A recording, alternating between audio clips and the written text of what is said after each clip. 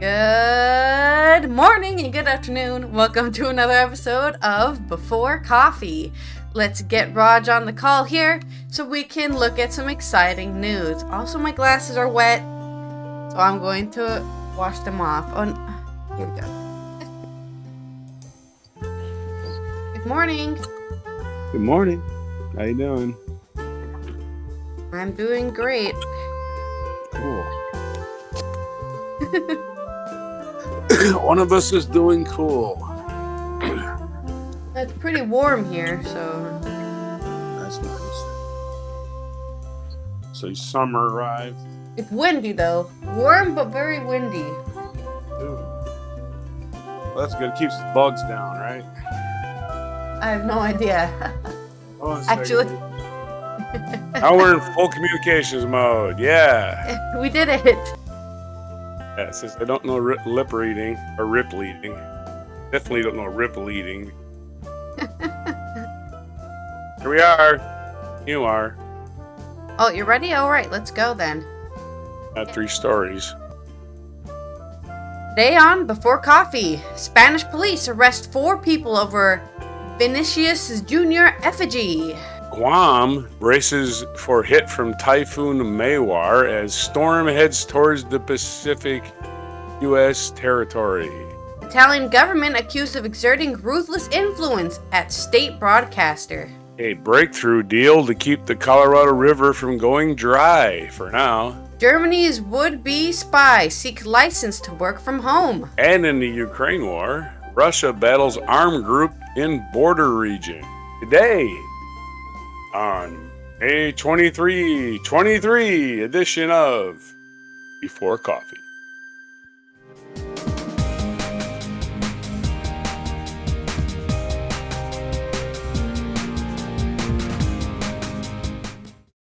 Okie dokie.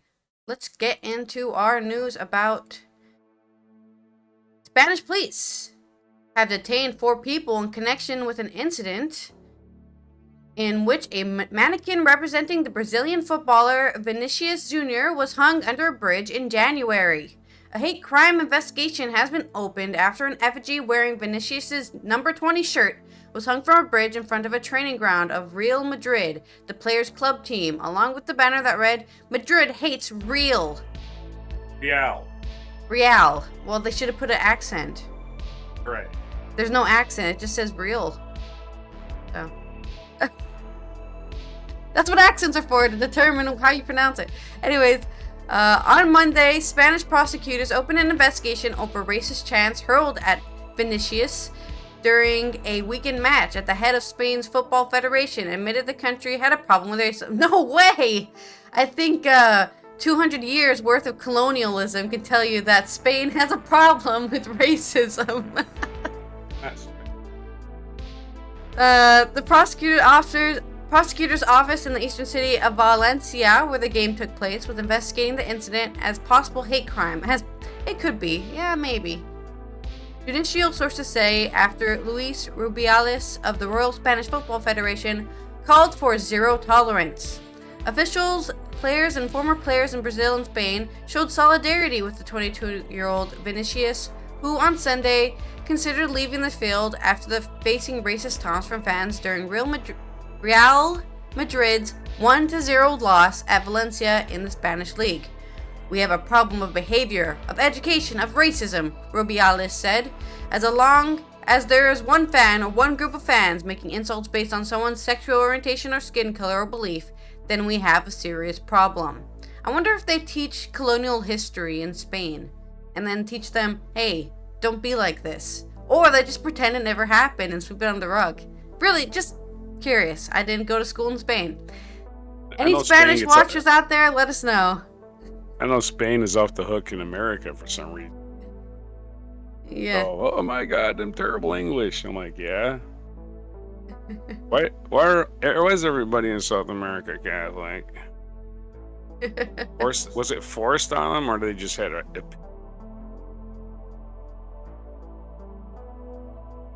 Valencia said it had banned one of its fans for life and was looking to identify others. The club has analyzed all the available footage, working alongside the authorities as rapidly as possible to clarify what happened. Real Madrid said strongly condemned the incident, which it believed to be a hate crime. These events represent a direct attack on the social and democratic model of coexistence, our state based on rule of law, the club said. Speaking after Sunday's game, Real Madrid's Italian manager Carlo Ancelotti said the racist abuse in which Vinicius was repeatedly called a monkey highlighted how something bad is happening in this league. The Spanish league has made 9 similar formal complaints for racist abuse against Vinicius over the past 2 seasons, most of which have been shelved. Fans have been fined and banned from stadiums, but so far only a Malacora supporter may end up going on trial for allegedly racially insulting the Brazilian during a game. The first trial of fan accused of racial abuse in Spanish professional football is expected to happen at some point this year in a case involving the Athletic Bilbao forward Inaki Williams, who was insulted by Espanyol supporter during a match in 2020. So, I guess technically Brazil was conquered by Portugal. So, I was going to say it's Spain's fault, but it's Portugal's fault. It's Portugal also Catholic. Also forced to Catholic. On. Yeah. That's the end of my story. Well, it's amazing how unenlightened soccer fans. Not really. I'm sorry. European football fan. Can't call it soccer. And I don't know if they don't really care if they get mad. But again, I don't see any racism in American sports and it's open display. Fans would have their season tickets revoked. Yeah. It would be ostracized. It just doesn't happen in American sports. Why does it happen in European sports? Well, it's racist nonsense. Okay. It just not openly anyway. Not like, oh my God, how dare you be a different skin color and kick a Americans ball. are racist on Twitter or something. They're not racist at the sports game because they don't want to get kicked out. Yeah. Really hard to nail down a nationality on Twitter, so it's impossible. I just call everybody a Russian troll because it's the safest bet. Okay, Guam braces for a hit from Typhoon Mawar as storm heads towards West territory. Guam's governor urged residents to stay home and warn the island could take a direct hit from Typhoon Mawar as the storm strengthened on a path towards U.S. territory in the Pacific.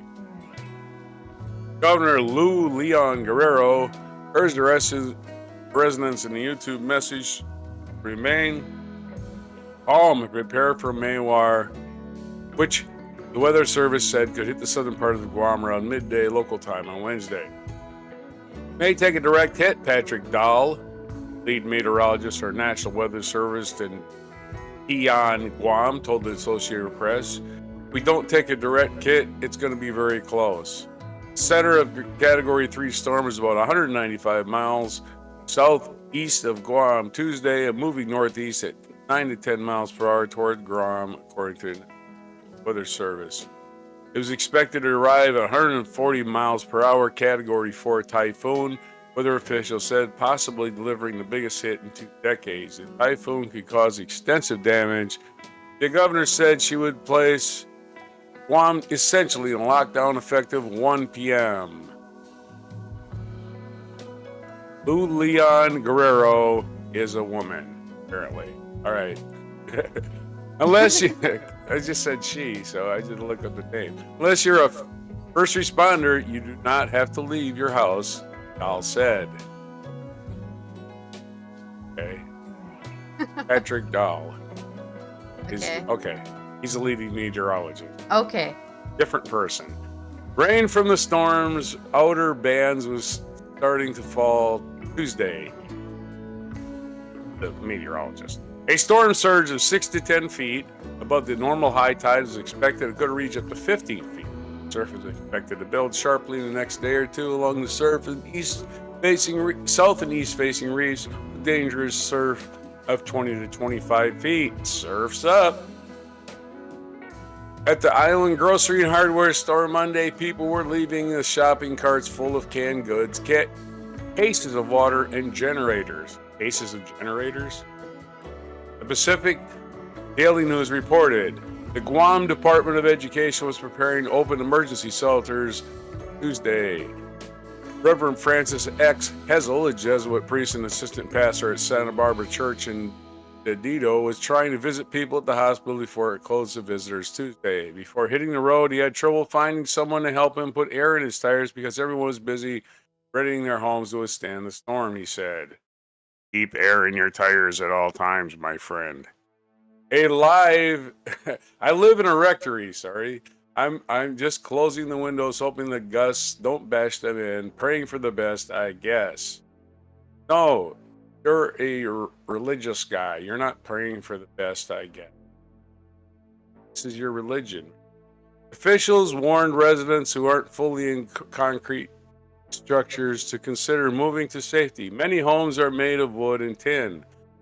A triple threat of Cat 4 typhoon force winds, torrential rains, and life-threatening storm surge are all expected for Guam and Rota, Weather Service said in a Tuesday morning update. Rota, an island in the U.S. Commonwealth of Northern Mariana Islands, was also under a typhoon warning, Dahl said.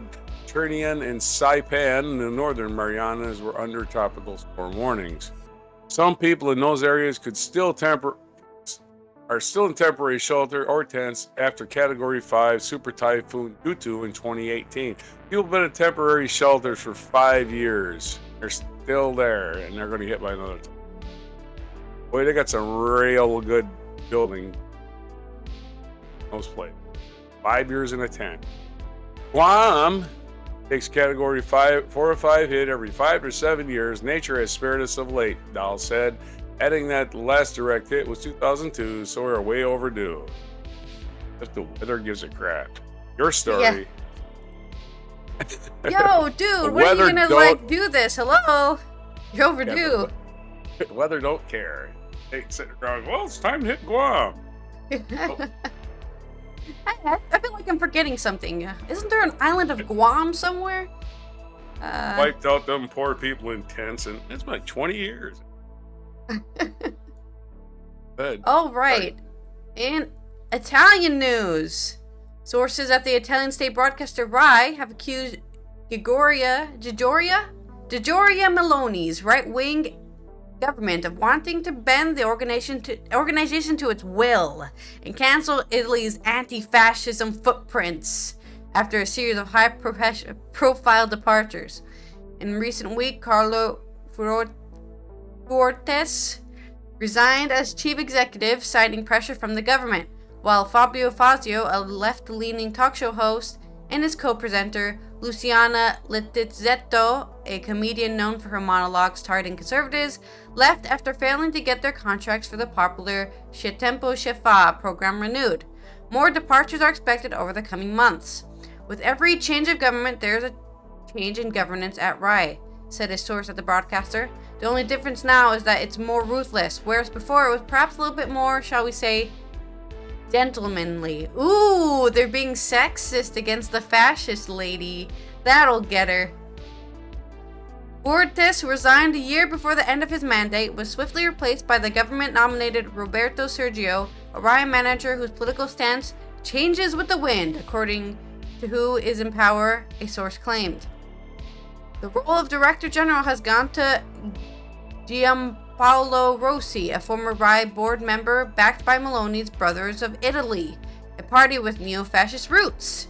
Rossi is known for his controversial tweets in support of Vladimir Putin. Ooh, are we looking at a Russian-Italian combo team? Is Italy gonna retake the entire European country? Because, hey, we were once Rome. So you guys you guys were all once Roman citizens, so you belong to the Italian state. Is that what they're gonna say?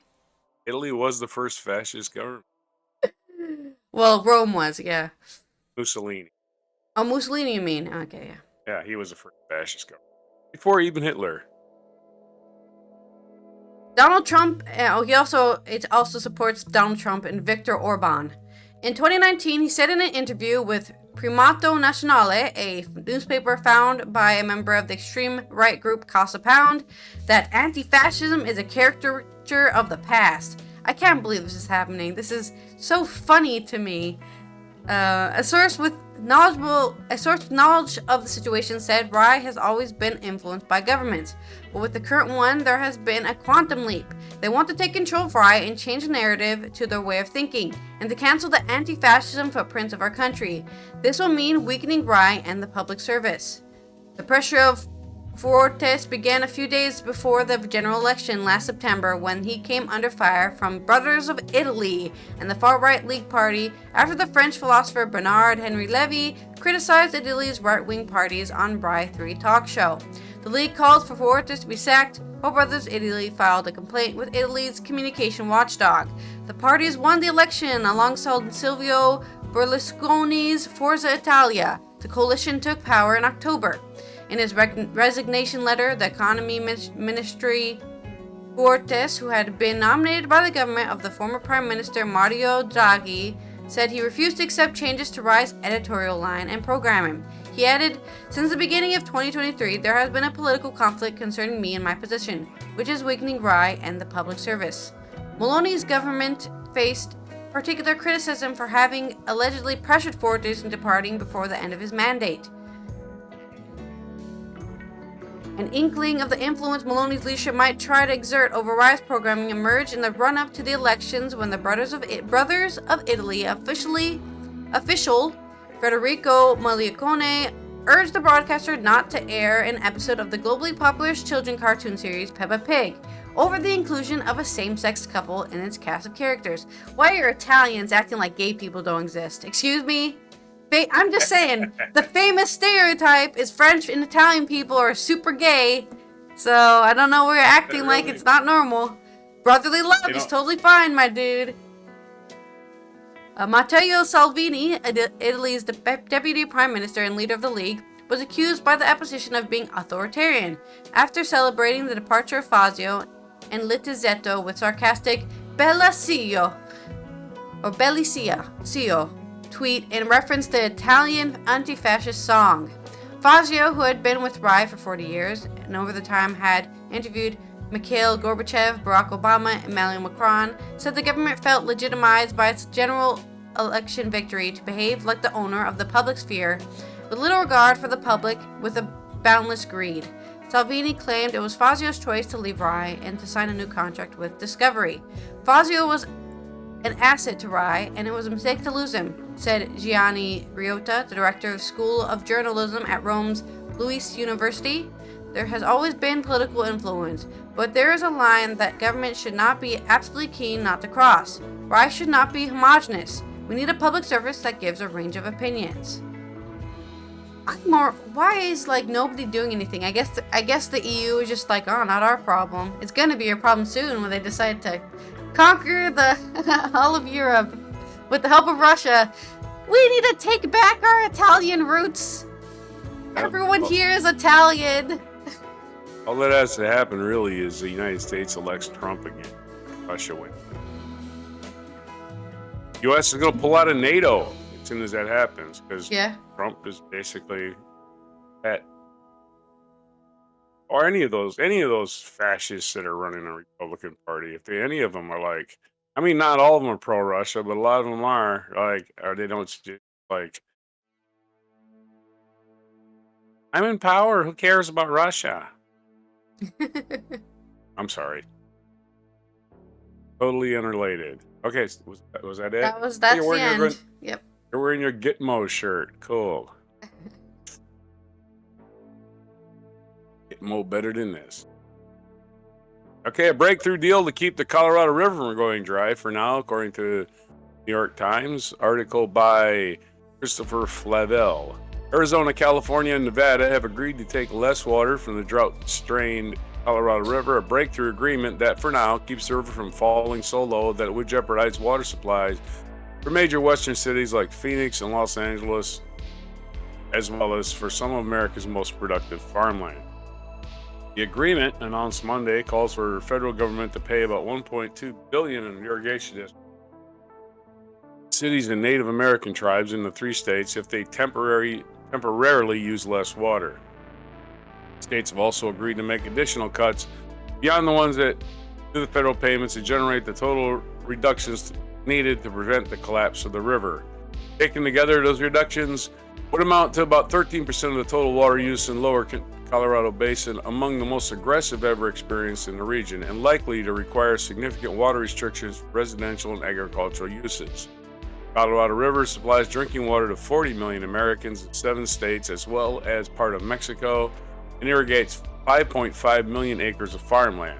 The electricity generated by dams on the river's 2 main reservoirs, Lake Mead and Lake Powell, powers millions of homes and businesses. Drought, population growth, and climate change have dropped the river's flows by 1/3 in recent years, compared with historical averages, threatening to provoke a water and power catastrophe across the West. California, Arizona, and Nevada get their share of water from Lake Mead, which is formed by the Colorado River at the Hoover Dam and is controlled by the federal government. The Bureau of Reclamation, an agency with the Interior Department, determines how much water in each of these 3 states received. The other states that depend on Colorado to get water directly from river and its tributaries. It is an important step forward towards our shared goal of forging sustainable path for the basin that millions of people call home. Camille Kalimlim Houghton. Kalimlim? Person's name is Camille Kalimlim Houghton. Kalimlim? Kalimlim? The Bureau of Reclamation Commissioner said in a statement, Camille Kalimlim Houghton, Kalimlim. The agreement struck over the weekend runs through something. The agreement struck through the weekend runs only through the end of 2026, and still needs to be formally adopted by the federal government. At that point, all 7 states that rely on the river, which include Colorado, New Mexico, Utah, and Wyoming, could face deeper reckoning as this decline is likely to continue. The negotiations over Colorado were spurred by the crisis. Last summer, the water levels in Lake Mead and Lake Powell, the 2 largest reservoirs on the river, fell enough that officials feared the hydroelectric turbines they powered might soon cease operating. There was even a risk that the reservoir levels would fall so low the water would no longer reach the intake valves that control the flow of the lakes, especially drying up the river downstream. Facing that prospect, the Interior Department last June told the 7 states to find a way to reduce their water use by 2 to 4 million acre-feet of water per year. States failed to reach an agreement, even as the water levels in 2 reservoirs remain dangerously low. That inertia, let's that.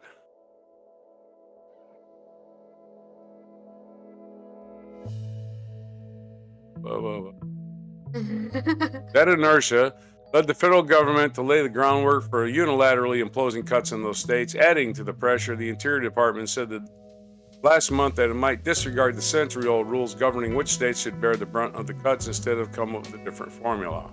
The federal government gave states until May 30th to take position on the prospect of unilateral reductions. But behind closed doors, the Biden administration is negotiating with the states to reach a deal to avoid having to impose cuts that would certainly face legal challenges and end up delaying any action. Under the agreement announced Monday, most of the cuts, 2.3 million acre-feet, would come under water districts qualified for federal grants under 2022 Inflation Reduction Act. Those payments will total $1.2 billion. Another 700,000 acre-feet will come from California, Nevada, and Arizona, which agreed to work the cuts among themselves in the coming months. Under the terms of the agreement, as much as 200,000 acre-feet of those cuts could qualify for compensation through other federal programs. If the states don't identify those 700,000 acre-feet of additional cuts, the Interior Department said it would withhold the water, a move that could face legal and political challenges. Together, the reductions would save 3 million acre-feet over the next 3.5 years, above and beyond existing agreements. That is far less on an annual basis than what the federal government had demanded last summer. The Interior Department was able to negotiate less drastic cuts thanks to an unusually wet winter that provided the snowpack levels in the Colorado Basin that are far above average, especially in California. That is expected to significantly increase the amount of water in the river, at least temporarily.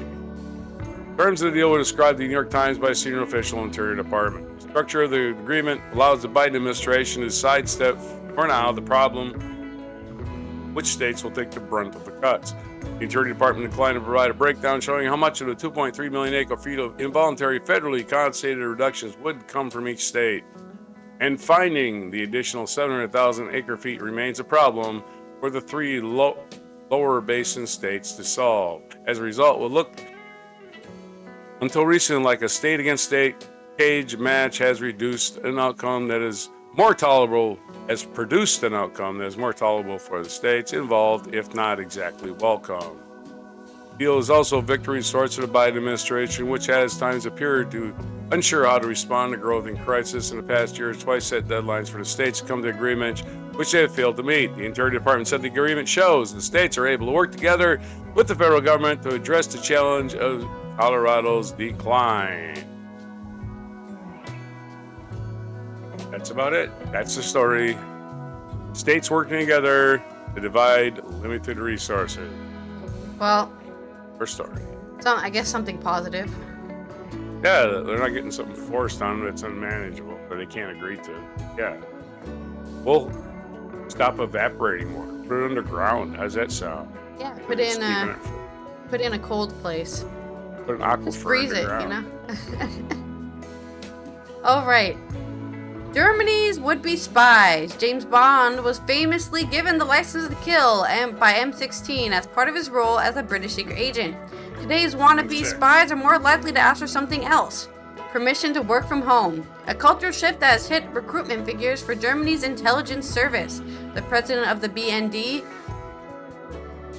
Bundesnachrichtendienst, has said finding enough staff was proving difficult as older members of the service retired and left, meaning there were not enough replacements. Bruno Kahl said, "We cannot offer certain conditions that are taken for granted today." He described finding enough of the right staff as a growing challenge. Perhaps unsurprisingly, given the tales of real and fictional espionage involving the tradecraft such as dead drops, brush pasts, microdot photography, there is a limited scope for carrying out espionage from your spare bedroom, even in 2023.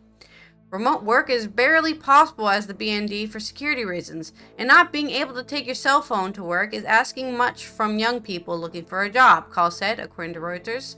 About 6,500 people work for the BND, according to his homepage. The service was founded in 1956 in West Germany during the Cold War and remained intact after reunification in 1989. East Germany's Foreign Intelligence Department, HVA, was wound up. It has courted controversy in recent decades for working closely with the US before the invasion of Iraq and for spying on journalists in Germany. Yet, despite the preconception about life in the field, the problem does not appear to be shared by any other intelligence agencies. Its UK counterpart tells potential applicants on its career website that offers flexible working, which means you can work around personal commitments. Meanwhile, the CIA said it has several working groups looking at working from home. Ask Molly remote work. Dear Molly, nowadays a lot of people are working virtually. Can CIA officers work remotely? Dear Remote Inquirer, thank you for asking. This question seems to come up all the time, especially since the start of the COVID-19 pandemic, which shattered traditional preconceptions and norms about how and where people can work. CIA officers are unique in the sense that no matter where they are, at headquarters or around the world, we primarily work in a sensitive compartmented information facility, or SCIF, to protect our information sources and methods from prying eyes or those who may want them harm. This means that we may have few chances to work from home or any other unsecured location. For years, CIA has been examining how to address workplace flexibility possibilities in our line of work. I mean, isn't it true that CIA people aren't even supposed to reveal they're working for the CIA at all, right? Of course, keeping security considerations at the forefront. The agency has several working groups dedicated to finding solutions to enhance workplace flexibilities and promote work-life effectiveness for our workforce. Officers can use flexible work schedules and benefit from an increased corporate focus on health and well-being, thanks to the commitment and support of the Director of Central Intelligence Agency's CIA's ever-first Chief Well-Being Officer and employee working groups. So, Remote Inquirer, know that the agency is continuously championing our officers' ability to integrate work and personal needs, all while focusing on our mission, being America's first line of defense. So there you go. That's a little Ask the CIA questionnaire answer there that was attached to the story, so I just read that out. So it's very interesting that German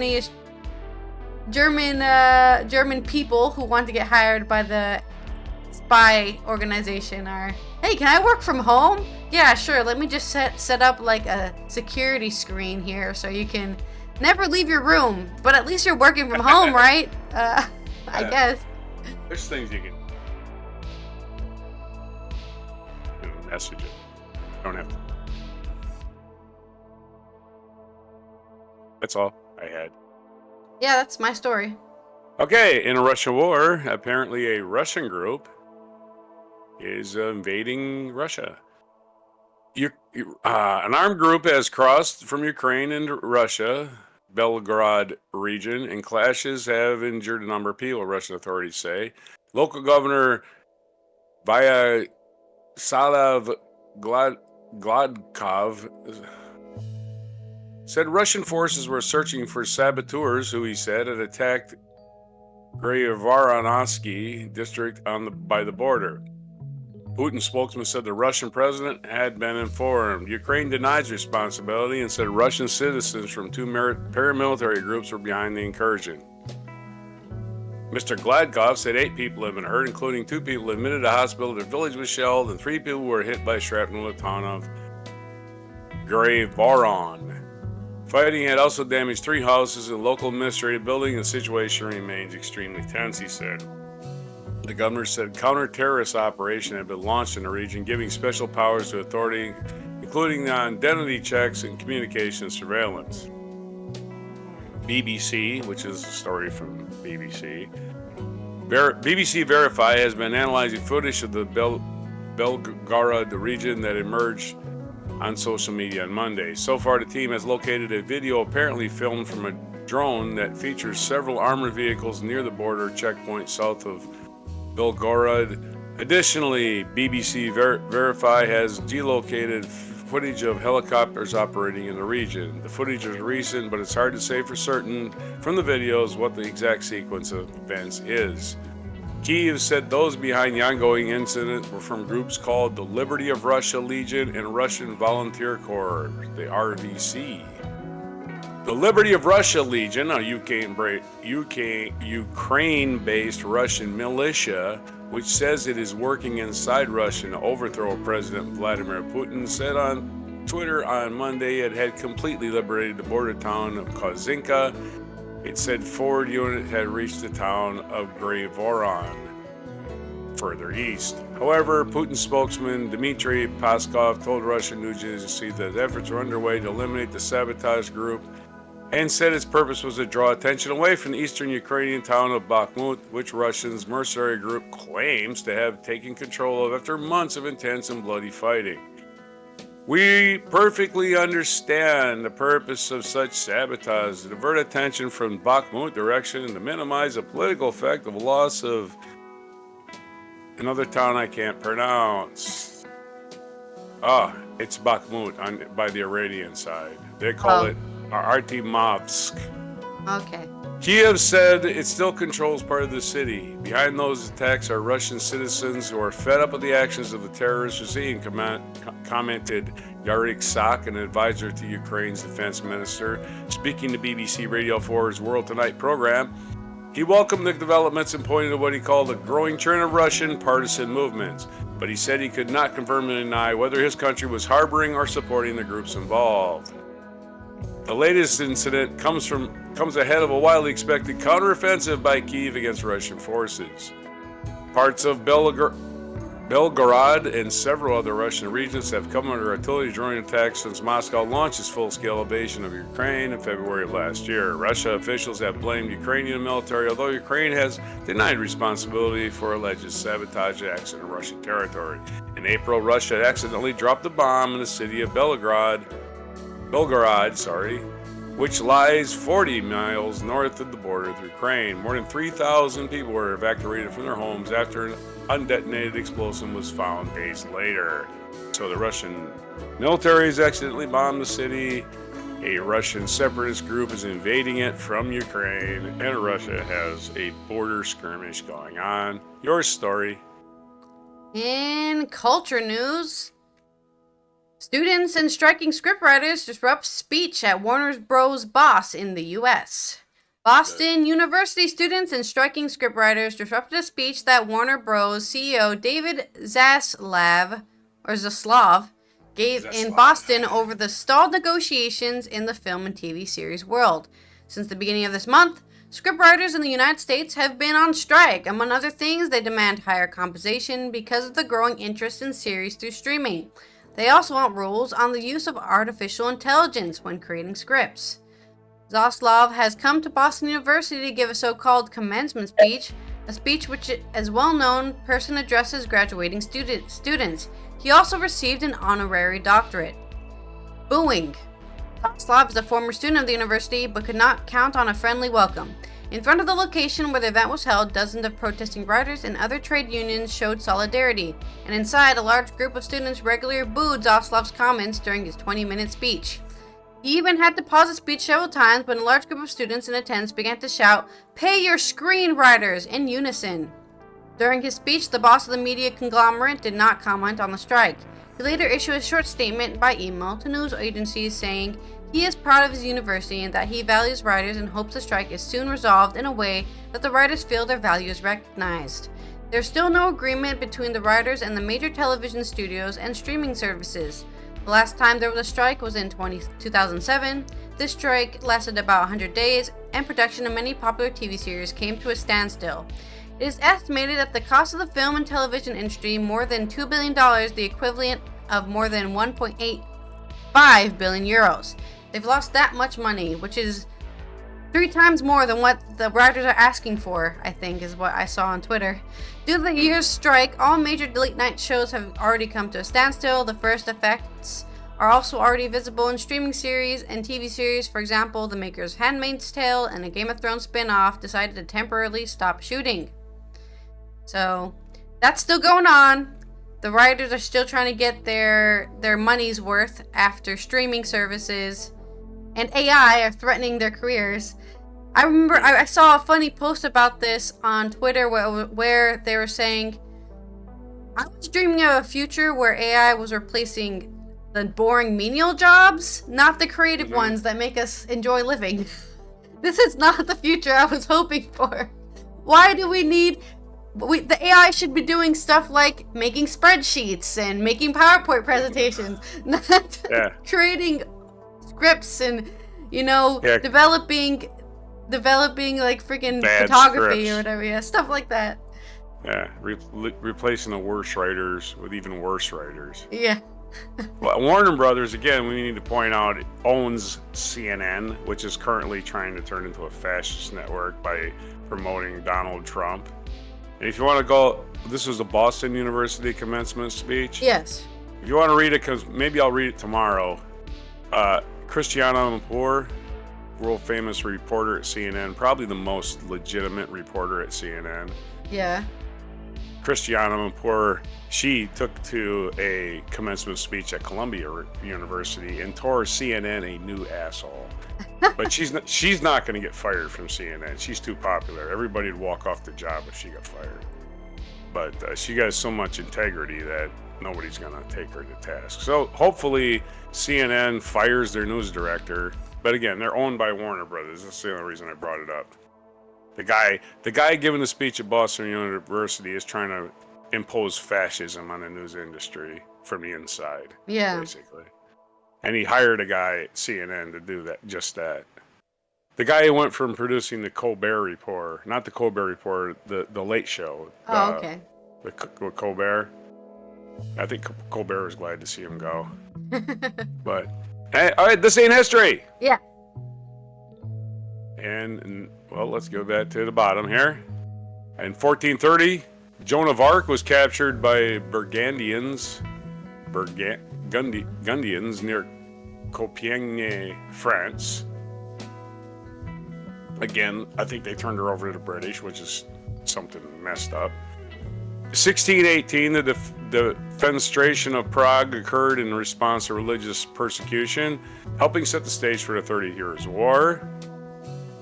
In 1706, Allied forces led by the Duke of Marlborough recorded a major victory over the French at the Battle of Ramillies, a turning point in the War of Spanish Succession. Spanish Succession in 1706. 1707, Swedish botanist and explorer Collinius Linnaeus was born in Rashult, and he is the first to frame principles defining genera and species of organisms and to create uniform systems of naming them. All good for him. He was born in 1707, came up with some Latin terms for stuff. In 1915, Italy declared war in Austria-Hungary, entering World War I on the side of the Allies. 1934, Bonnie and Clyde were killed in a police shootout near Gibbsland, Louisiana. Bonnie and Clyde killed on this day in 1934. 1980, the horror classic The Shining, Stanley Kubrick's film adaptation of Stephen King's 1977 novel, opened. It starred Jack Nicholson and Shelley Duvall. In 2000, American rapper Eminem released the Marshall Mathers LP, which became the fastest-selling album in the history of rap. In 2015, American mathematician John Nash, who won the 1994 Nobel Prize for Economics, died at the age of 86. And the big event of this today, 1951, Tibet was annexed by China. China formally annexed Tibet as an autonomous region on this day in 1951, giving rise to the Tibetan independence movement led by the Dalai Lama, winner of the 1989 Nobel Prize. And this domination continues to this day. Nice. On this day in history, Captain Kidd, English pirate, died in London, England in 1701. Birthdays today, George Osborne, political politician, 1971. 1933, the birthday of Joan Collins. 1928, birthday of Rosemary Clooney, American actress and musician, and George Clooney's aunt. 1912, John Payne, American actor, was born in 1893. American actor Douglas Fairbanks was born. And what day is it today? Not too many. It's National Lucky Penny Day. Lucky Penny? Also National Taffy Day. So stuff that gets stuck to your teeth. I have a lucky 2 pence. Does that count as a penny? A 2 pence? It's national, so it's only the United States anyway. So. Oh. Sorry, Queen Elizabeth, you don't count. No, it's going to have it can have any penny, even before the Lincoln penny. Just any old penny. And it's also International Day to End Obstetric Fistula, if you know what that is. It's a pregnancy complication having to do with the birth canal. And it's the International Day to end that. That's the only 3 days it is today. Wow. Very limited day of things today. Take a break from the days, I guess. Yeah. Well, pay attention to obstetric fistula, if you want me to define it for you. Sure. I shall. Okay. Well, let's go. Let's go and figure out. An obstetric fistula is an abnormal opening between a woman's genital tract and their rectum. One of the primary causes of fistula is obstructed labor. This is also known as labor dystocia. Obstructed labor occurs when an unborn baby is physically blocked from exiting the pelvis. So let's prevent that today. Yeah, thanks. That's my biggest fears. So, no thank you. All right, that's it then. All right. That's been Allison here. Hoping that those spies in Germany can work from home someday, and Italy doesn't come conquer the entire European region, because we were once all Roman. We'll see what happens with that. I don't know why anyone's not doing anything. Maybe they are doing stuff. I have no idea. Italy is a very worrying thing for me. but also they're not well known for military power, so maybe nothing will happen and just Italians will suffer, which is bad. Still bad. And I'll see you tomorrow on Wednesday from more exciting revelations. Bring back the Roman Empire they want, huh? Hail Caesar! Or Caesar dressing, anyway. And this is Roger, talking about people wasting water, Russia invading itself, and Guam getting nailed by a Category 4 typhoon. Stay safe out there on May 23rd, 2023 edition of Before Coffee.